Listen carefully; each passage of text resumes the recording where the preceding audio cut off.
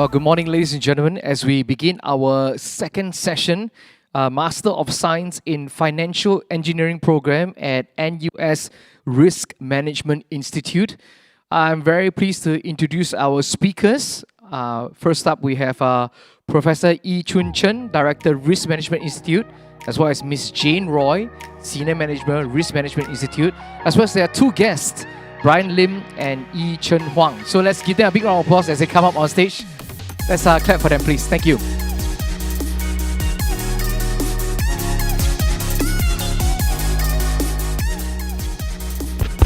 Hi, good morning. Good morning, everyone. I am Jayne. I take care of the Masters of Science programs at Risk Management Institute, RMI. So I'm very happy to be here this morning with everyone. And I'm going to share on the program administrative side, how do you apply, and share some tips on your application process. The agenda for today would be, first, we have Professor Chen Yi-Chun. He is the Director of RMI, Professor at NUS. We will let him share about RMI first, followed by our two distinguished alumni, who will then share about their experience at MFE, as well as what they're doing now. Okay, so let's put our hands together to welcome Professor Chen first. Can you hear me?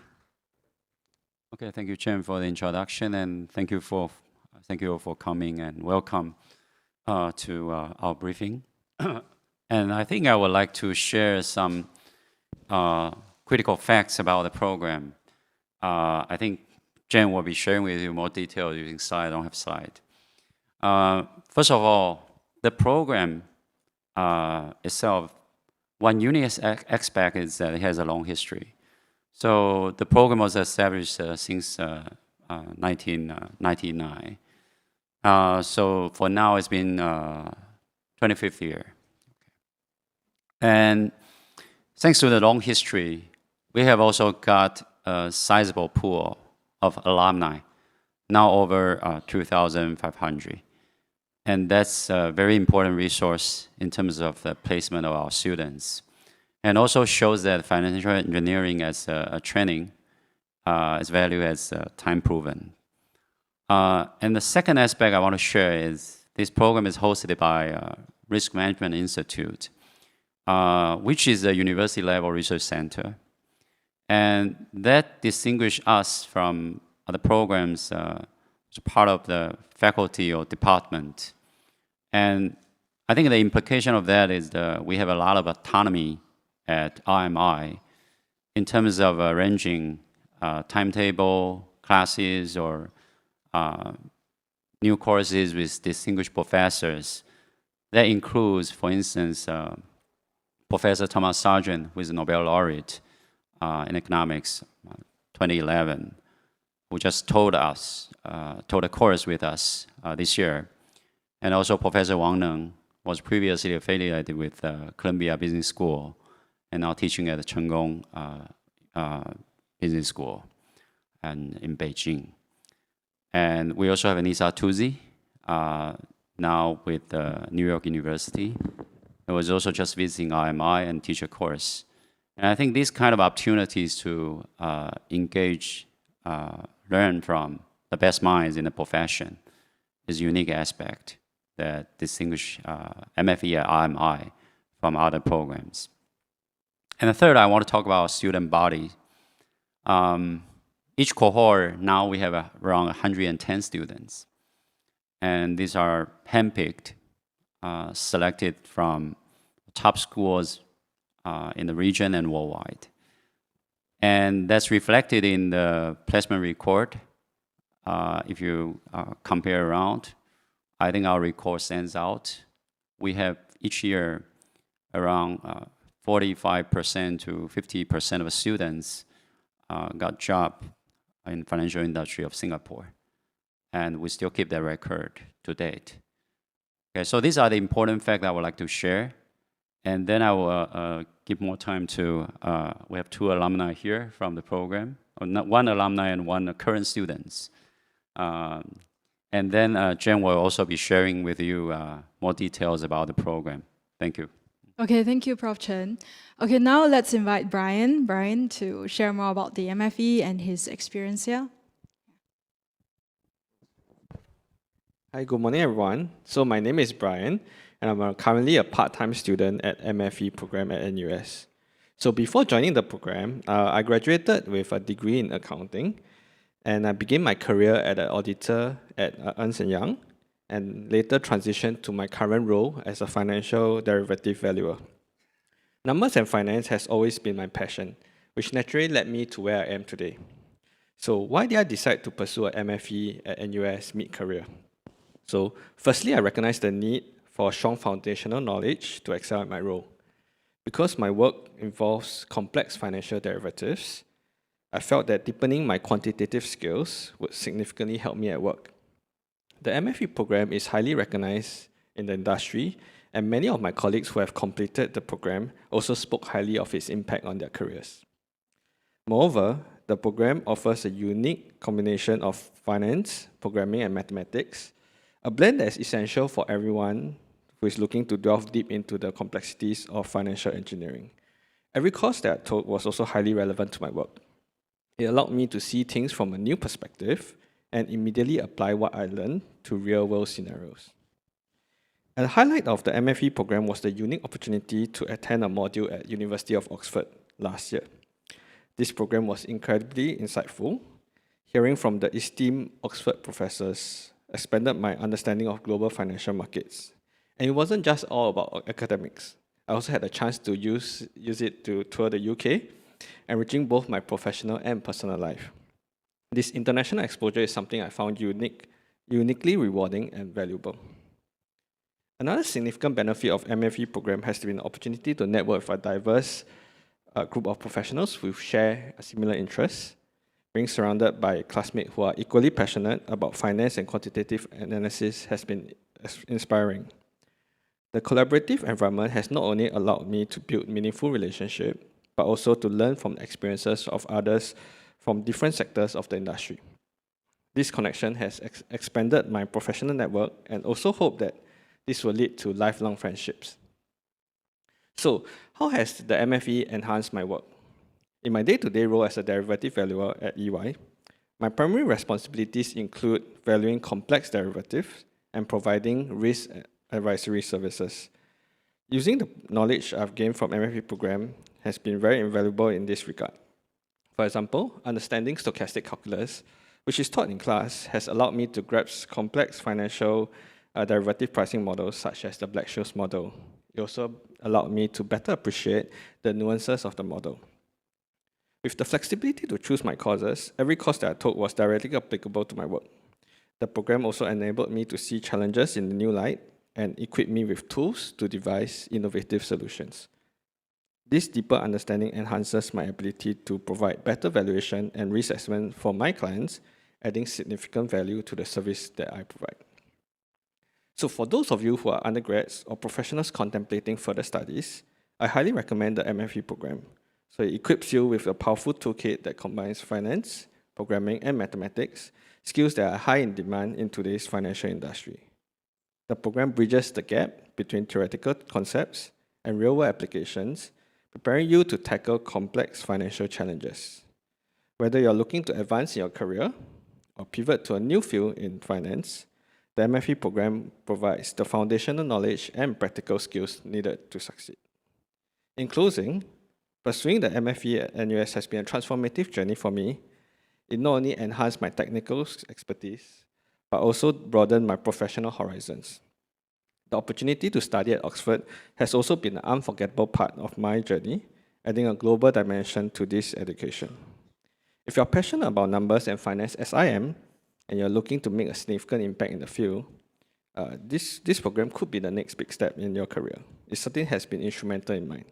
So thank you for your time, and pass on to the next alumni. Okay, our next speaker is Yi-Chun. Please introduce yourself and then maybe share about your experience at MFE. Thank you. Sure. Morning, everyone. I'm Yi-Chun. First of all, I want to thank Jayne, thank the program for inviting me to share my experience with MFE today. I joined MFE back in 2019.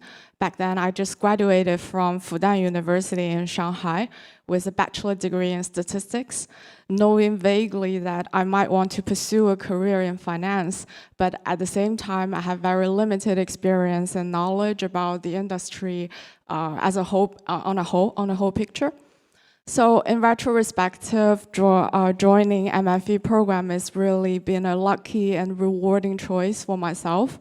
I not only gained the essential technical skills that to this day I still use working as a trader in an investment bank, but I also made good friends and strong connections with my batch classmates and as well as with alumni in NUS program.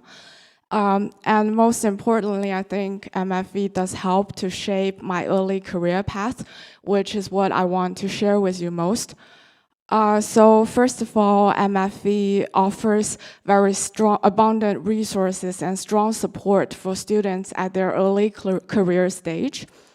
So the school provides, I remember at the beginning of the program, the school will provide career coaching, resume editing, interview consulting, all those kind of skills that a student might be seeking when looking for their first internship in Singapore or first full-time job after they graduate. I remember I booked a one-on-one session with a program coordinator back then that she patiently gives me advice and helps show me like what are the career options here in Singapore and what kind of choices I may want to make in my early career to help pursue a longer-term career in finance. And MFE also has a very distinguished job resource platform, thanks to the strong alumni network and a good reputation of the program. Myself, I got my first internship after a month, the first month in MFE, in particular, thanks to this job posting system. The job was posted by an alumni who was looking for a quantitative researcher working for a fund. And later on, I found out that they have this part-time quantitative researcher program going on for a while. And for previous batch, they have always hired MFE students. So they find there's really good chemistry and interaction with students with MFE background. So now they're actually targeting to hire students coming from MFE. Yeah. Then I want to also emphasize that the coursework of MFE is really a good combination of stats, math, and computer programming. So whichever aspect you are interested in the finance industry, you can always find something that suits your appetite. I'm now working as an XVA trader with Barclays.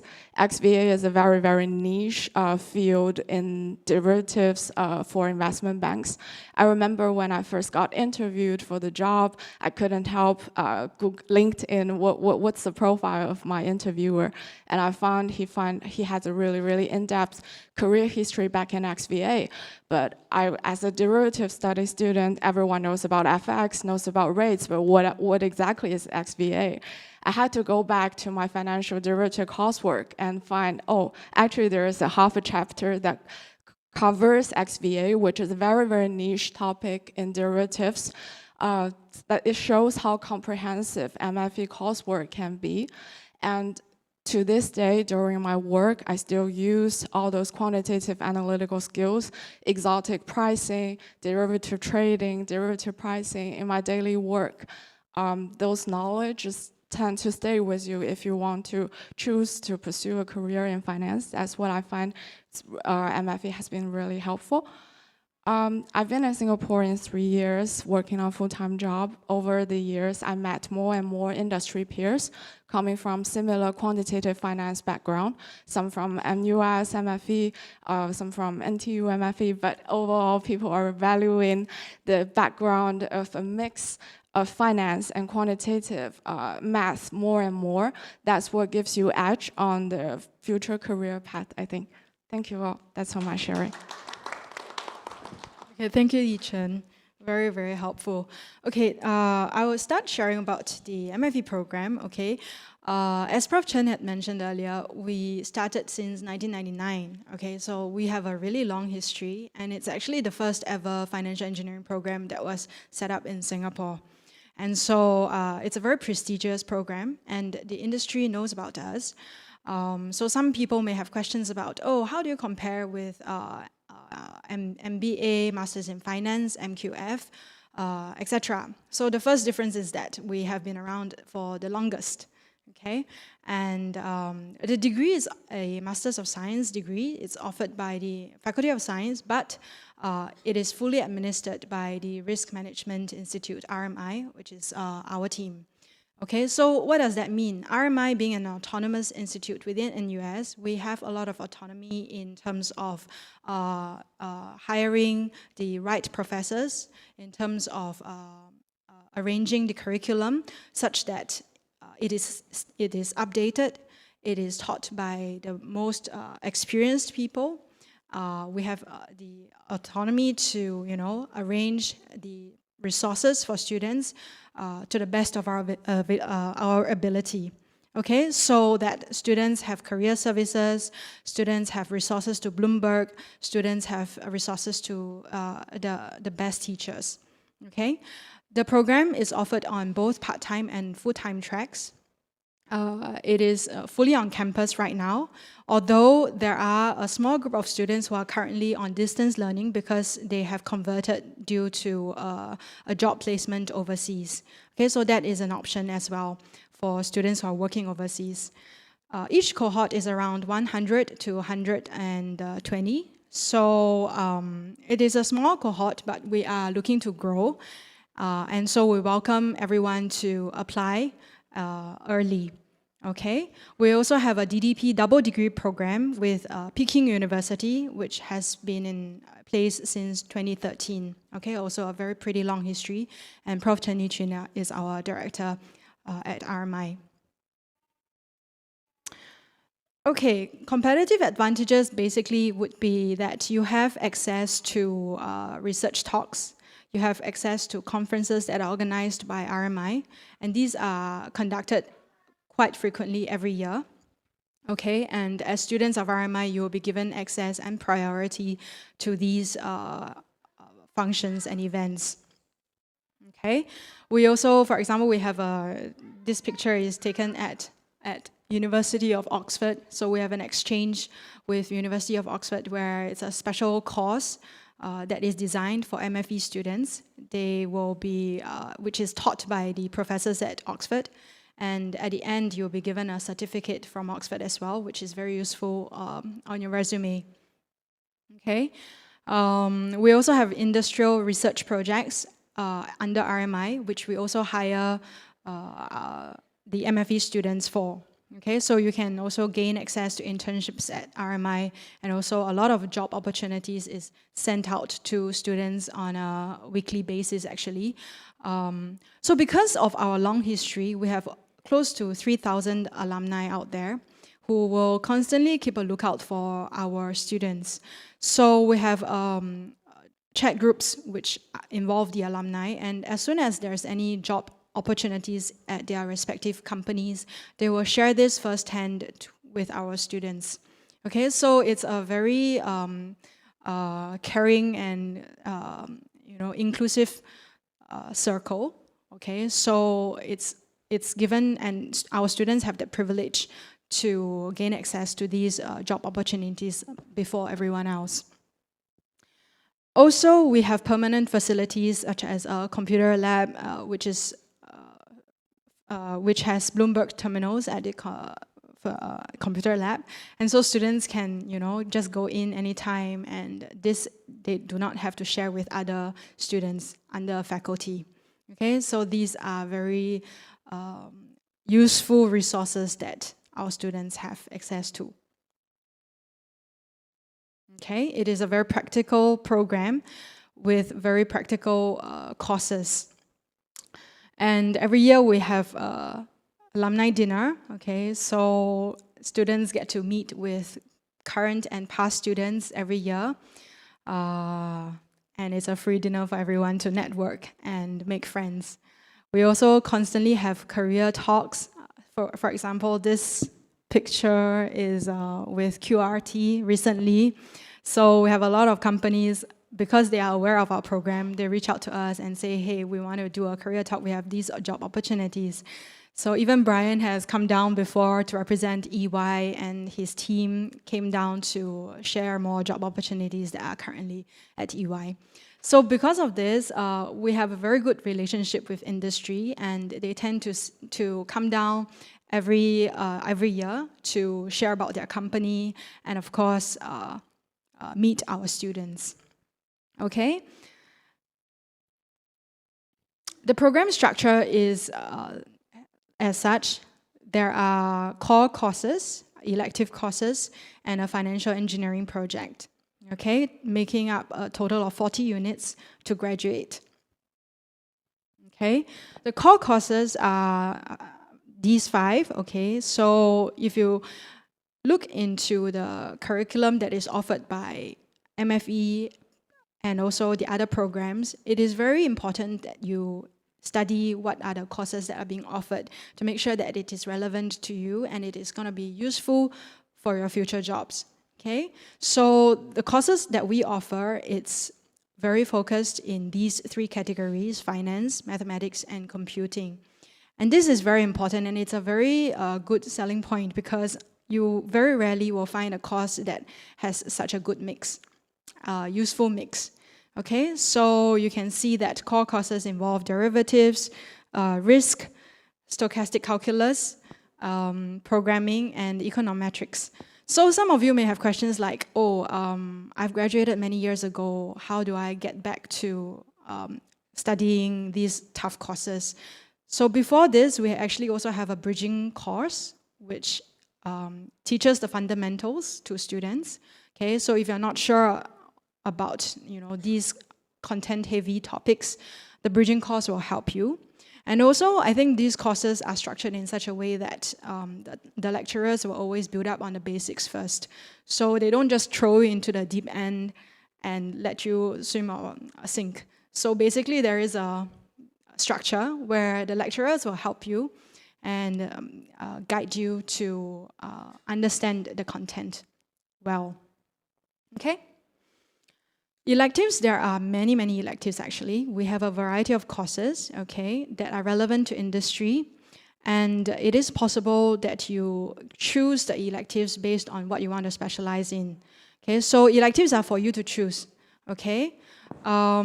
These are the courses, over 20 actually, that are offered by RMI. Of course, not all of them are offered at the same time in the same semester, but they're going to be split into different semesters, okay?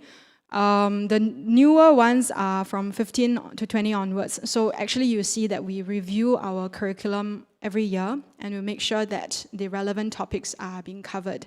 For example, sustainable finance, everyone is talking about ESG and green investing, right? So green finance, and so we covered that topic. We offer that as an elective for students. We also introduce a graduate internship course where students can go for an internship and get credits for it. And we realized that after speaking with industry, the companies prefer this as well because it matches very well into their hiring pipeline. And so this is very useful for our students. Okay, we also have the last one, quantitative macroeconomics and finance with Python. And this was the course that is actually taught by a Nobel laureate. Come on, like how many of you can say I have been taught by a Nobel laureate? So that is a huge, huge thing because not every faculty in NUS can hire and can have such a good relationship with a Nobel laureate for him to come down to want to teach, right? So that's quite amazing. So Professor Thomas Sargent, he actually taught this course.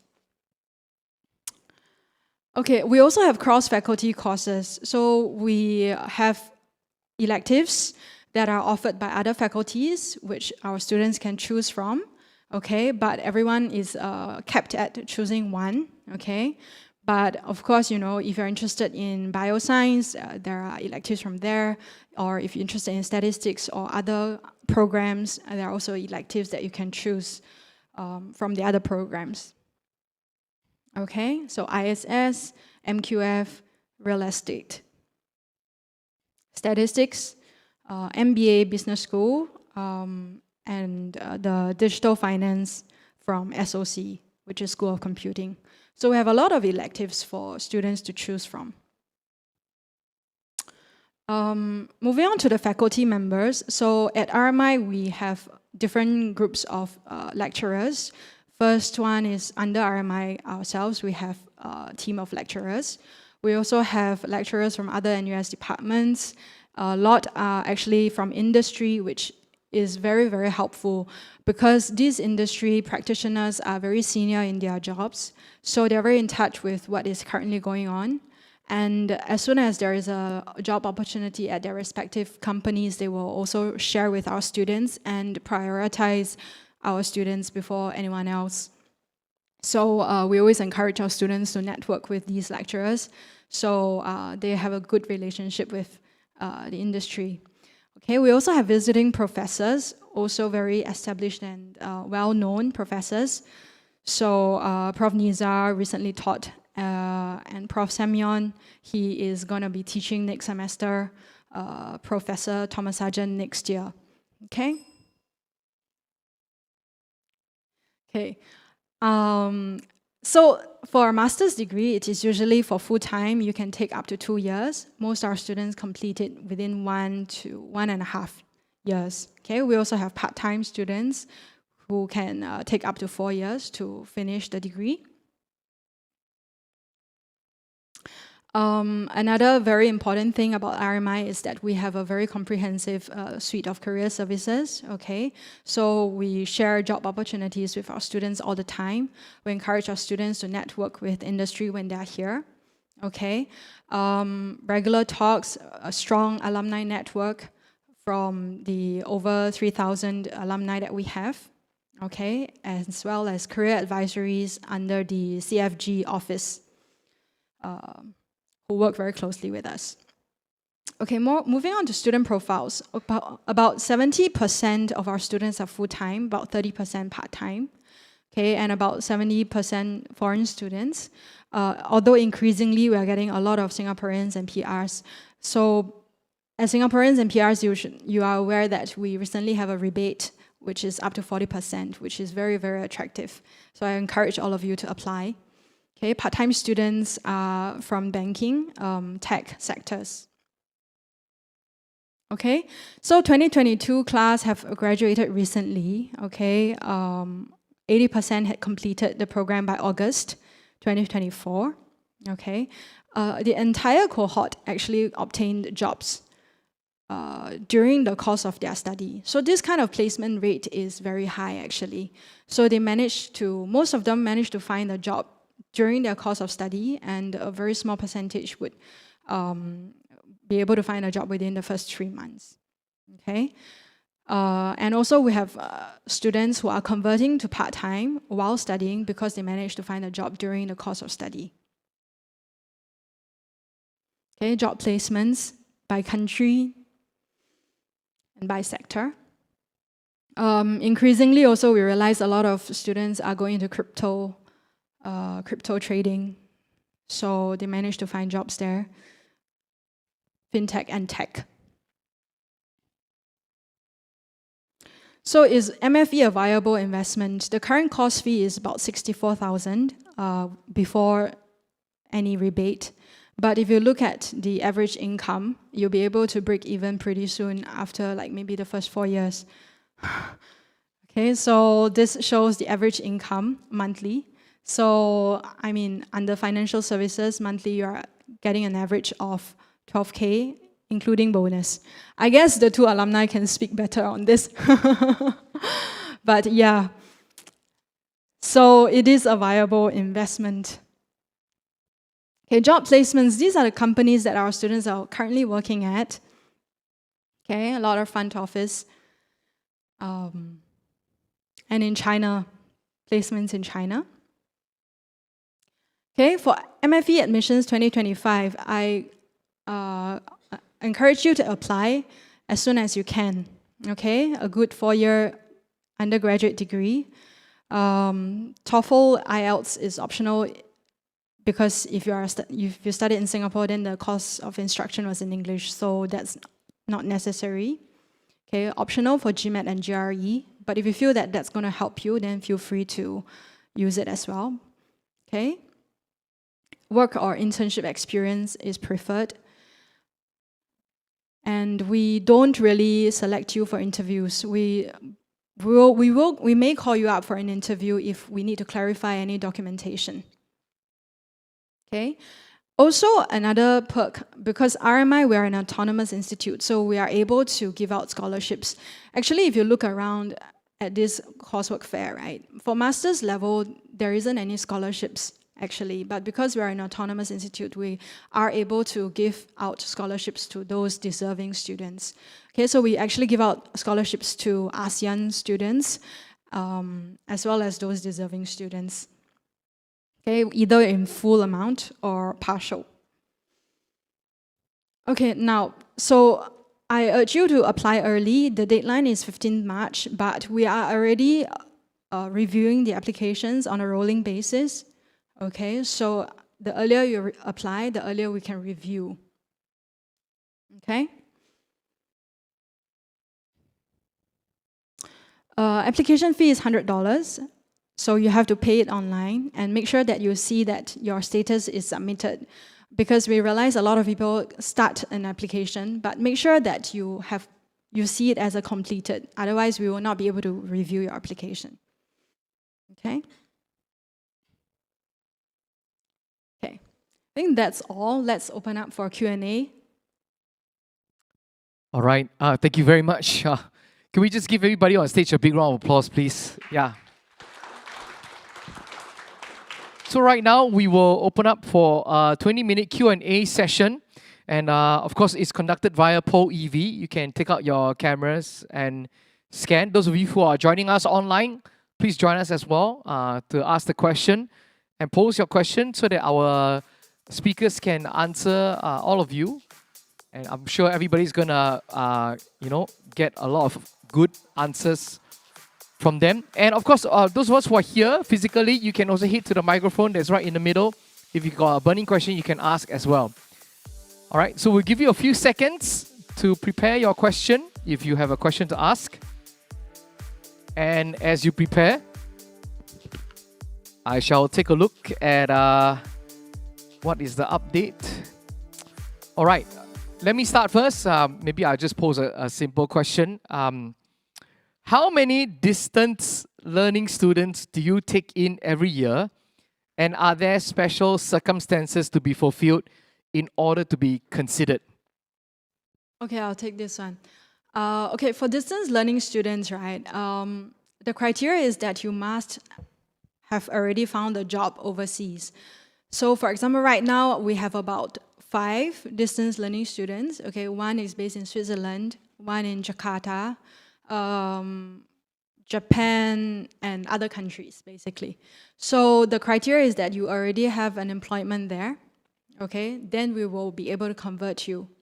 But before you start on your distance learning track, you must be enrolled as a full-time student with us first to get in, okay? So once you get in, we need you to be with us for 1 semester so that you are immersed in our curriculum and you are aware of how the program is going to be conducted.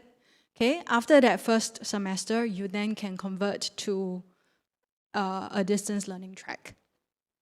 For distance learning track, that would be actually under a part-time scheme because you are actually working full-time. So it will be distance learning, but part-time. Okay, so we don't have a quota for that. It really depends on whether you have found a job overseas. So we want to be very flexible. We want to cater to all kinds of students. So we want to make it easy for students to find a job because everyone takes a master's degree because they want to further their career, right? And so if you found a job overseas, congratulations. We actually want to help you in how to facilitate your studies after that. So we can convert you to part-time and allow you to study distance learning via Zoom and so on. Yeah. Okay. Anybody here have any question that you wish to ask? You can hit to the microphone. Yes, please. Thank you so much. I've got one more question about finance and finance engineering. What is exact difference between them? Because I'm not so sure about what is the finance about and what is the finance engineering about. Thank you. I think to make it simple, I think the difference is financial engineering is an interdisciplinary subject. The focus will be the asset pricing model, and it covers pricing various financial instruments, including very complicated derivatives. And it requires not just the background understanding of what this financial product is about, but also will use tools from statistics, mathematics, economics, various areas. So in terms of preparation, during the admission stage, we will basically scrutinize students' transcript and see how well the preparation is in these different areas. So that's the main aspect that we look at, but it will be holistic review. Does that answer the question? You can ask again if you have. Well, I guess if it's about the whole area, that's what the program is about. Then I think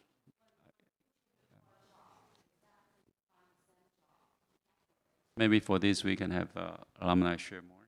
Yi-Chun. An answer on the job. That means the career advancement, career path moving forward. Yeah, sure. I can share more from industry perspective. Say if you have a bachelor degree in finance purely, probably you would be looking for some roles more focused on the finance products and focused on the markets, the financial markets perspective. But with the skills that you get from financial engineering, you will get a perspective more quantitative.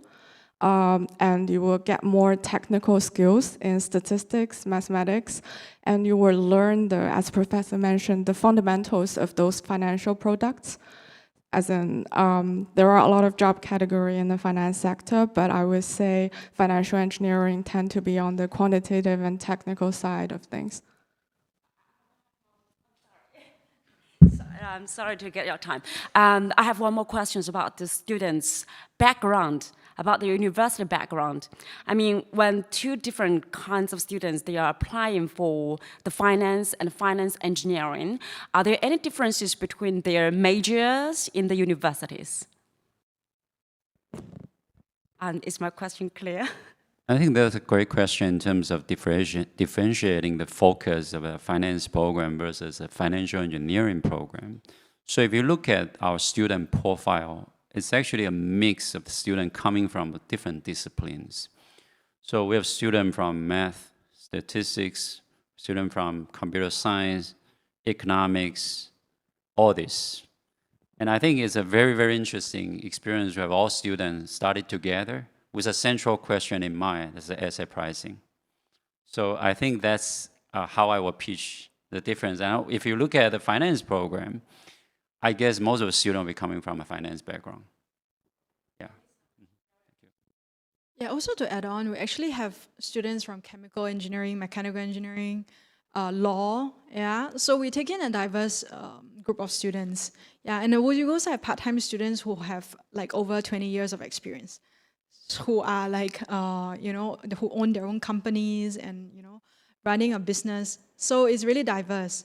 And we take in all these students because we feel that they're going to do well in the program. Yeah, Brian, do you have anything to add on about finance? On the differentiating between finance and financial engineering, actually come from an accounting undergrad, right? So that is something that, a typical of what you see as a finance degree. So, but whereas for financial engineering, it's a lot more specific. I think it's a subset and a very narrow niche topic that delves into derivative pricing, right? So some jobs that you can apply to, it can be a trader, it can be a risk consultant, or derivative valuer. So just for example, for my team itself, about maybe more than 60% are from there's this MFE course. Because of the technical requirements of it. So we typically don't hire like normal finance graduate for my role. because the skill sets is a bit different. All right. Okay, hold on. I hit to the poll first, and then you can ask your question. Okay, this one is a good one. Are the scholarships only applicable for candidates doing full-time or part-time? This one is only for full-time, unfortunately. So part-time students, they have a full-time job. So it's not applicable to them. All right, fair enough. Yes, sir. Hi, I'm Yun Peng, and I got my undergraduate degree from NUS SOC. So actually, I want to add on to a question just now, probably in the other way. So just now we compare pure finance versus financial engineering.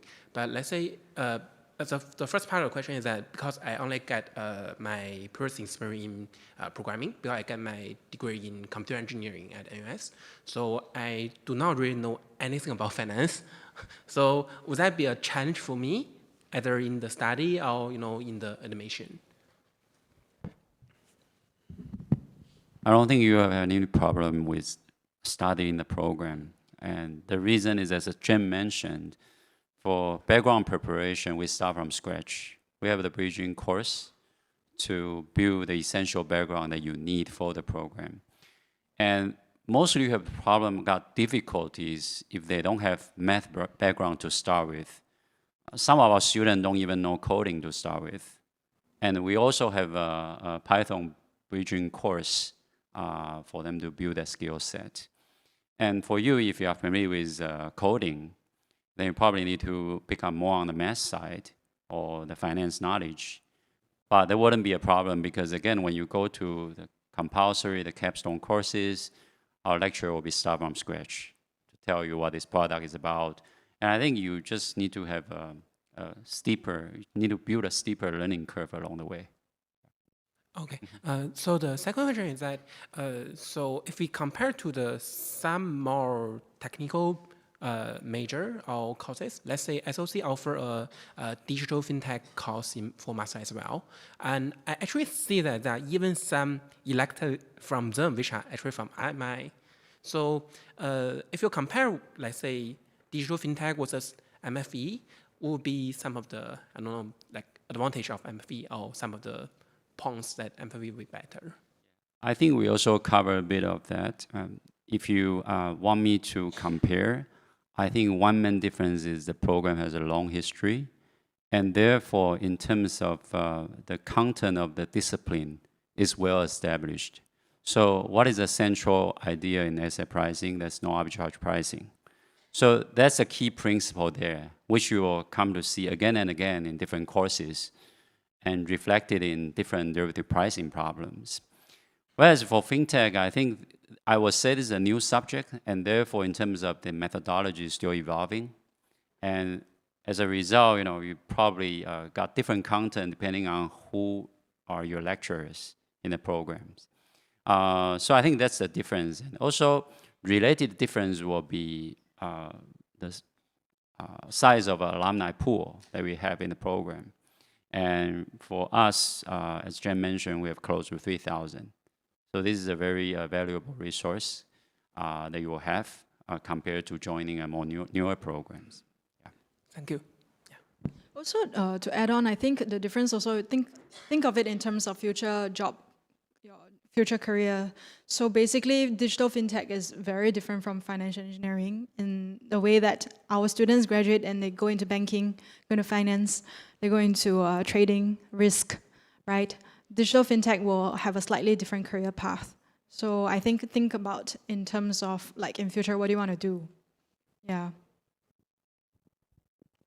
Okay. Well, just now, Prof already answered one part, but this is inside the poll EV, because you mentioned about the bridging course. So this one has got a lot of thumbs up. How do we know if we need to attend the bridging course, and does the course start prior to the actual program? Is there a fee for the bridging course? Okay, so I'll take this one. Bridging course, there's no fee, it's free. It is prior to the start of the semester. So basically, before the school starts, we will organize a time for everyone to come down to take the course in person. In terms of content, as I mentioned, it will be the essential math and coding skill that you need for the program. The course is actually not compulsory for MFE students. If you get admitted, it's optional for you. So, but usually our students, all of them, they come down for the bridging course. Okay. Anybody have a question here? Yes, please. Hi, good morning, everyone. I'm from mechanical engineering here.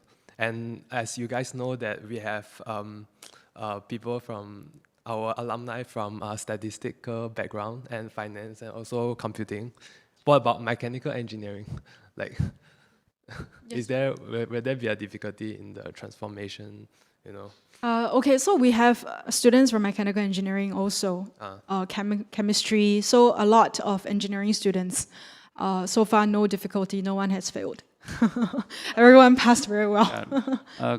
Quite a lot of students join MFE program to develop a different career. And so we do have students come from different backgrounds, many different backgrounds, and some of them are even dropping out from like PhD programs in order to pursue a career in financial industry. Maybe I can share a bit more on that. So a lot of my colleagues are actually graduates of this program, right? And a lot of their background are like from MAE, mechanical engineering. I think my boss is from electrical engineering. A couple of my boss is actually from electrical. Yeah. So a lot of these people actually to switch their career, they actually took a mid-career MFE and then change. So I think it's fine. Yeah. So there shouldn't be a problem because I'm also asking for my other batchmates. Yeah. Please encourage your batchmates to apply. Okay, thank you. Yeah, and I have another question. So, say we have this course in financial engineering, and also we have courses like other Masters of Science in analytic, which is offered by mathematics and physics school. Correct me if I'm wrong. So, what are the differences between like these two courses, or which one should I choose if I want to go to quants? I can give you some statistics. So Chen mentioned we have a cross-faculty exchange. So that means we open MFE courses to graduate students from other faculties. And likewise, they offer courses to MFE students. And the traffic direction is pretty obvious to us. So each year we get a lot of surplus, meaning a lot of students coming in to take MFE courses.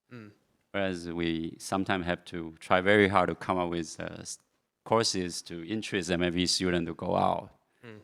So that's indicative of relevance of the program courses. Yeah. Yeah, because I'm just scared that, you know, it is not for us, you know, it's not too much in depth into the mathematics part. I think it depends. Some of the capstone courses can be quite technical, but some of the electives are accessible to students with various backgrounds. Yeah. Oh, okay, thank you. Yeah. All right, I got a last and final question for today. And it's from Po EV. It says, what kind of support does RMI provide in job placement? Okay, so there are many. Firstly, we work very closely with the CFG office. So we have a dedicated career guidance counselor person who helps out with RMI students. So she takes on mock interviews. She vets your resumes. Okay, so you can book a session directly with her. So she's a person specific for RMI. Okay, that's one. We also share job opportunities almost every week. Okay, so there's a list of jobs from both the CFG office as well as from RMI. Okay, and then thirdly, we have a group chat which has all the alumni students, okay, who regularly shares any job placements that are available in their respective companies. And then they give a referral. So as you know, when you apply for a job, right, as a hiring person, I can see like over hundreds of applications. But that one referral from a person that you know is very important. So that immediately puts your resume at the first of the line. And so that's very important. So the referrals from alumni is very important. Yeah, and we also have career talks, okay, every year, quarterly. So at every semester, we have companies coming in to give a talk, to share about their companies as well as share about the job opportunities, okay? So because we are at the university level, RMI, we have all these tools and resources to offer to our students as compared to a program under a faculty, which is more limited in terms of what they can offer for career placement. Yeah, maybe I can add on, right? So basically, because the MFA program is also a pipeline for my company comes down every year. In fact, the next one will be November, whereby me and my colleagues will actually come down to share more about my job scope and look to hire from there. So I believe that there's a lot of more other companies that come down as well on a regular basis to kind of share more about their career or job openings, right? So like just to share, next week we have Citadel. I don't know if you guys are aware, Citadel is a very, very big company, investment banking. So they are here to talk to MFE students and share about their opportunities. And these people from Citadel, they are actually flying in from Hong Kong, from Australia, from the region. So you can see that these are networking opportunities. Even if the company is not hiring, you should be there as an MFE student. You are given this opportunity to meet the company in person and pitch in front of the company to network. So these are very good opportunities that MFE students have. Yeah. All right, thank you very much. Let's give everybody on stage a big round of applause, please. Thank you, Professor Chen, Ms. Roy, Brian, and Yi-Chun. Thank you so much for those addressing those insightful questions. Now, we have now reached the end of our Q&A session, and we will now break for lunch.